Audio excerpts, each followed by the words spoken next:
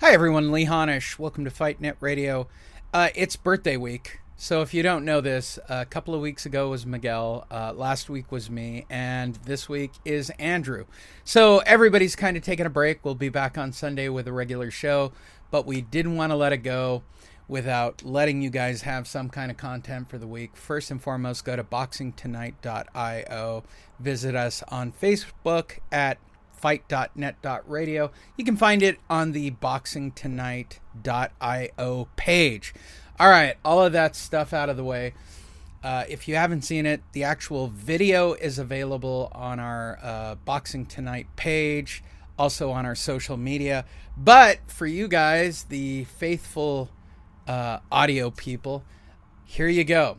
Here's your content for this week. We will be back with a full review of all the fights that are happening this weekend, including Triple G, and there's all kinds of stuff. So we'll be happy to talk about it. So for you guys, enjoy. Here's my interview with Bob Arum. An honor and a privilege. Thank you very much.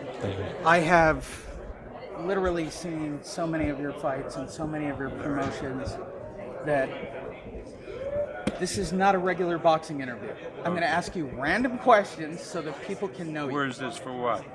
Fight Net Radio. I do video. Okay. But I'm going to just ask you random questions. Okay, They're good. not anything bad. Okay, good. All right, cool. All right, everyone. It's time for everyone to know really Bob Arum for the first time. No boxing real questions. Let's get right into it. If I was going out to dinner tonight, Bob, where would I go eat? Depends on the food you want to eat. What's your favorite spot? Well, there's no one favorite spot. This is Las Vegas. It's a cosmopolitan city. It has the best restaurants in the world. And it depends. You want Chinese food, you want Japanese food, you want steak. What's the best steak? The best steak, two. There's one, it's cut at the Venetian or SW at the Wynn. Great choice.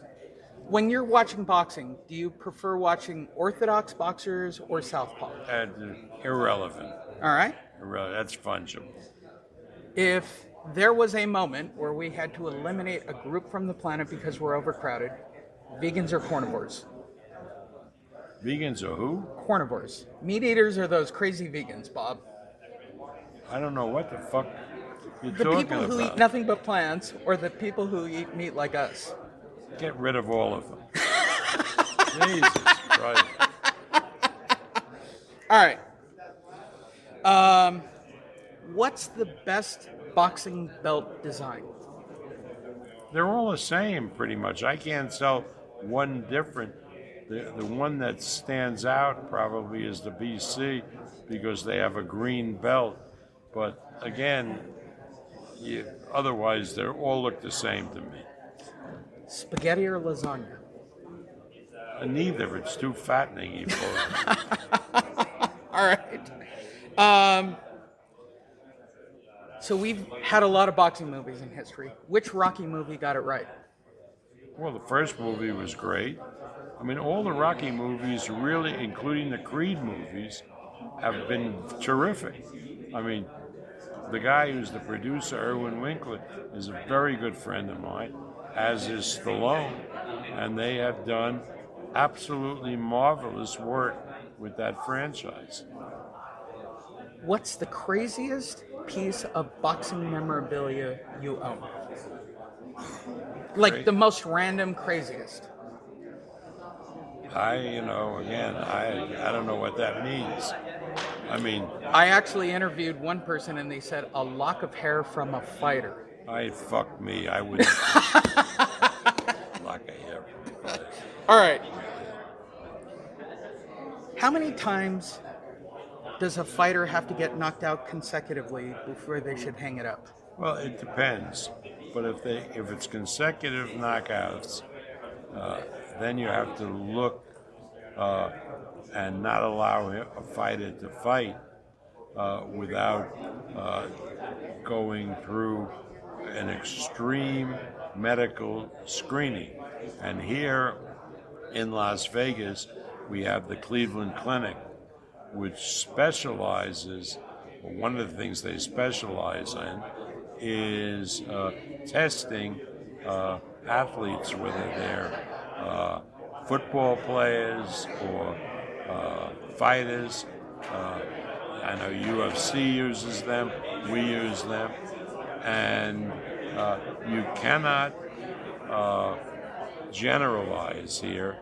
You have to go to the absolute medical facts to see. I mean, a guy can get knocked out once, and it would be dangerous for him to ever fight again. Same with a football player who gets concussed in a particular way. If Bob Arum had to listen to one album only for the rest of your life, what would it be? Music? Right now. Yeah, you only get one album. Abbey Road. I'm in love with you, Bob. All right. Have you ever asked any of the fighters you've encountered, and you've encountered the greatest names in boxing, Yeah. have you asked any for an autograph? Well, I've asked them to sign autograph so we can have memorabilia to use in the promotion. You know, in some of these big promotions, they have to sign, each of them have to sign 200 gloves so we can use that as... Have you kept any? Yeah, I've kept some. I have some Ali gloves in the office, George Foreman gloves. Yeah, sure. Absolutely. All right. So when Bob Arum walks into a bar, what am I buying him? Depending on how I feel, it's either a Tecate, which is a good Tecate like Don Julio Blanco, or a vodka like Grey Goose or Belvedere, or even this Tito vodka. But those are the only two things. I can't drink colored alcohol. I understand. My normal closing question is normally, what embarrassing thing should fighters stop doing in boxing? Like coming out to stupid ring music or stupid ring gear or being too challenging. But my question is, you are literally that guy. You're the mecca to everyone, in my opinion. One thing I've learned is you don't interfere with that. If a guy wants to make a horse's ass of himself, that's up to him. But you cannot tell a guy, don't come out with an outlandish costume and so forth, because they think there's something valuable in doing it. That's not my job.